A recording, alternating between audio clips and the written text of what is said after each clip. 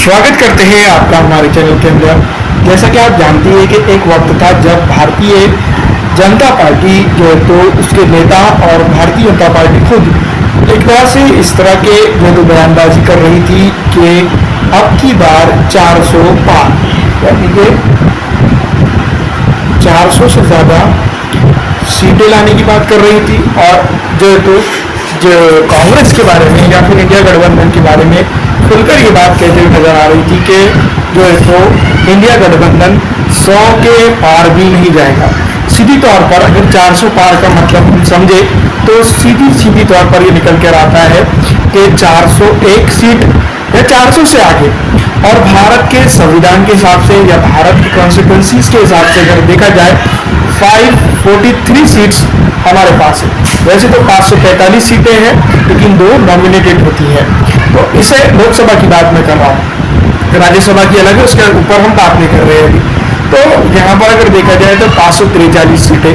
दूसरी तरफ अगर हम इसको छोड़ दें, 401 सीटें अगर छोड़ देते हैं तो 142 सीटें बचती हैं, जिसमें मैं बता दूं कि विपक्ष के कई एक पार्टीज है जैसे कि AIMIM जो 3 सीटें हासिल करते हुए नजर आ रही है, औरंगाबाद महाराष्ट्र की, और बता दूं अख्तरुल-इमान किशनगंज की और हैदराबाद। ये 3 सीटें अगर हम छोड़ देते तो 139 सीटें बचती हैं।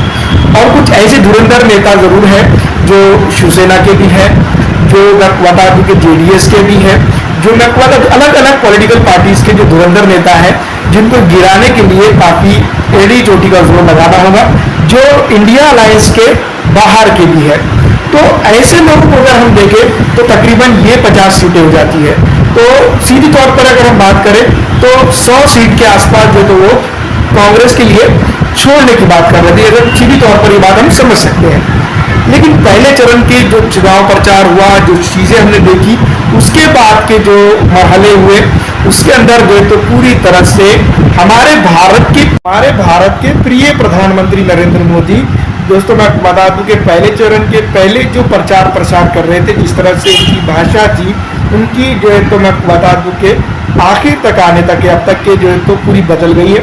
और कांग्रेस ने भी जो है तो मैं बता दूं कि इंडिया अलायंस के साथ, पॉलिटिकल पार्टीज के साथ महाराष्ट्र के अंदर, कर्नाटक के अंदर, तमिलनाडु के अंदर, वेस्ट बंगाल के अंदर, और तो और मैं बता दूं बिहार के अंदर, उत्तर प्रदेश के अंदर जो है तो पूरी तरह से पॉलिटिकल खेल बदला है। केरला के अंदर ऑलरेडी जो है तो मैं आपको बता दूं कि भारतीय राष्ट्रीय कांग्रेस पार्टी मजबूत है और उनका गठबंधन भी यहाँ पर काफ़ी अच्छा मजबूत है। और अगर कभी मैं बात करूँ तो नॉन अलायंस पार्टी भी वहाँ पर मजबूत है। तो केरला के अंदर भारतीय जनता पार्टी का कोई वर्चस्व नहीं है, इस तरह से हम बात कर सकते हैं, या फिर सामान्य जनक वोट की भी स्थिति में वो वहाँ नहीं दिखाई देती है। कर्नाटक के अंदर अच्छी खासी सीटें निकाल सकती है। और मैं बता दूं कि तमिलनाडु के अंदर देखो इस बार खाता खुल सकता है, बताया जा रहा है, लेकिन ये पॉलिटिकल सिनेरियो हो सकता है या एक तरह से देखा जाए तो एक फैलाया हुआ झूठ भी हो सकता है। वेस्ट बंगाल के अंदर जो तो काफ़ी अच्छा पकड़। सीधी तौर पर अगर हम नॉर्थ ईस्ट की बात करते हैं तो नॉर्थ ईस्ट के अंदर पूरी तरह से मैं आपको बता दूं कि सुपड़ा साफ होता हुआ नजर आ रहा है। तो कहीं ना कहीं कश्मीर लद्दाख की अगर बात करते हैं तो वहाँ पर एक सीट तो जरूर मिल रहा है, कश्मीर से पूरी तरह से साफ है। दूसरी तरफ अगर हम बात करेंगे हिमाचल की तो हिमाचल के अंदर भी कुछ एक सीट या फिर वो भी पूरी तरह से साफ है। तो ये जो चीज़ बनते नजर आ रही है, कांग्रेस के पीछे जो तो पब्लिक नजर आ रही है, जनता पूरी तरह से खड़े होते हुए नजर आ रही है। और वहीं अगर हम भारतीय जनता पार्टी की बात करें या उनकी पॉलिटिकल पार्टीज के साथ जो अलायंस है उनकी बात करें तो पूरी तरह से फिसलता हुआ नजर आ रहा है। यहाँ तक कि जो जनता दल यूनाइटेड थी बिहार के अंदर सत्ता पे काबिज है आज के दौर में, और उसके पास एक बड़ा सिनारियो है, बड़ा जो है तो उसके पास जनाधार बताया जा रहा है। लेकिन यही प्रशांत किशोर है जो भारतीय जनता पार्टी के लिए प्रेडिक्शन कर रहे हैं कि वो वापसी कर रही है और भारी जनाधार के साथ वापसी कर रही है। तो वही प्रशांत किशोर कहते हैं कि Janata Dal United double digit को भी क्रॉस करने में नाकाम रहेगी। अगर वो ऐसा कर जाती है तो वो जो है तो जनता के सामने आकर माफ़ी मांगेंगे या सियासत से संन्यास ले लेंगे, जो बातें भी है वो कही गई है। तो ये बात साफ होता है। 39 सीट वहाँ पर बचती है जो कांग्रेस जिसके ऊपर इंडिया अलायंस के तौर पर कंटेस्ट कर रही है। थोड़ी बहुत एक जगह पर अगर देखा जाए तो भारतीय राजनीति की उभर की party Indian all India IMIM जिसको हम कह सकते हैं, वो वोट जो वहाँ पर जो है तो वो वोट काटते हुए नजर आ रही है। अगर ये चीज़ें हो रही है तो भारतीय जनता पार्टी किस जाविये में बैठ रही है और कौन चरण चुंबकीय लोग जो है तो ये बात कहते हुए नजर आ रहे हैं कि भारतीय जनता पार्टी इस बार 400 पार का आंकड़ा पार कर चुकी है। मैं आपको बता दूं कि अब गिने चुने कुछ भी वक्त नहीं बचा है रिजल्ट आने के लिए। रिजल्ट आने दीजिए, समझ में आएगा। भारतीय राष्ट्रीय कांग्रेस पार्टी ने वाकई में अगर बात करें तो मैं आपको बता दूं कि उन्होंने वक्त बदल लिया है। कोशिश उनकी लगातार जारी है, चाहे वो अगर कभी सत्ता में आए या ना आए, लेकिन टक्कर बराबर की है। एक वक्त में ये कहा जा रहा था कि वो ट्रिपल डिजिट में भी जो उनका गठबंधन नहीं जाता हुआ दिखाई दे रहा है। लेकिन आज अगर हम बात करें, अगर आज हम पॉलिटिकल सिनेरियो को देखें तो पंजाब, हरियाणा, दिल्ली, महाराष्ट्र, बिहार, वेस्ट बंगाल, कर्नाटक, तमिलनाडु, यहाँ पर ही अगर देखा जाए तो वो डबल डिजिट में से आगे ट्रिपल डिजिट की बात करें तो उसमें पहुँचते हुए नज़र आ रही है। वहीं एक तो डबल डिजिट की बात चल रही थी, पब्लिक जमा हो रही है, ये तमाम तर चीज़ें जो तो भारतीय राष्ट्रीय कांग्रेस पार्टी के साथ जो तो फिलहाल जुड़ते हुए नज़र आ रही है। तो कहीं ना कहीं ये जो बातें की जा रही है कि भारतीय राष्ट्रीय कांग्रेस पार्टी कमज़ोर है हो गई है, अब जो है तो ये बात समझनी चाहिए।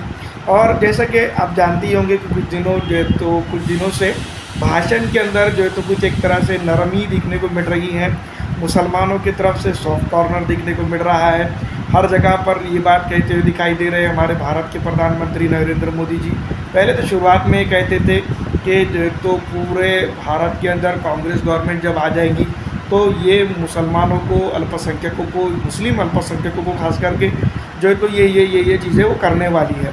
दूसरी तरफ एक वक्त में एक इंटरव्यू देते हैं, तब वो कहते हैं कि मैं हिंदू मुस्लिम की राजनीति जो है तो नहीं करता हूँ। तो ये जो चीज़ें कहीं ना कहीं गड़बड़ा रही है।